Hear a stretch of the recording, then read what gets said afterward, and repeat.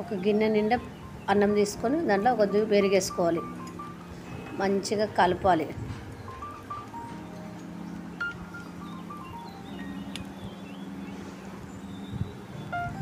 Stove మీద కడాయి పెట్టాలి.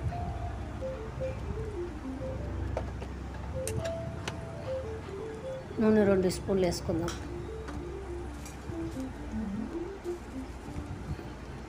ఆవాలు, జీలకర్ర, మినపప్పు అన్ని మిక్సర్ వేసి పోపు వేయాలి. 2 ఎండుమిరపకాయలు వేద్దాం. కొద్దిగా పచ్చిమిరపకాయలు, కరివేపాకు మంచిగా కలుపుకుందాం. జీడిపప్పులు కొన్ని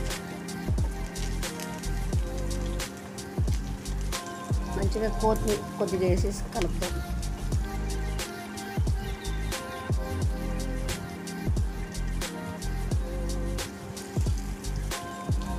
పెరుగన్నంలో కలుపుతాం. మంచిగా కలిపి పెట్టేది.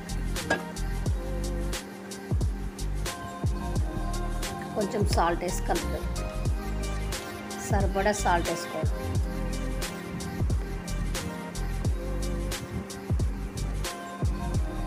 అమ్మవారికైనా ఎంతో ఇష్టమైన దద్దోజనం రెడీ. మీకు ఎలా ఉందో కామెంట్ బాక్స్లో కామెంట్ చేసి లైక్ చేయండి.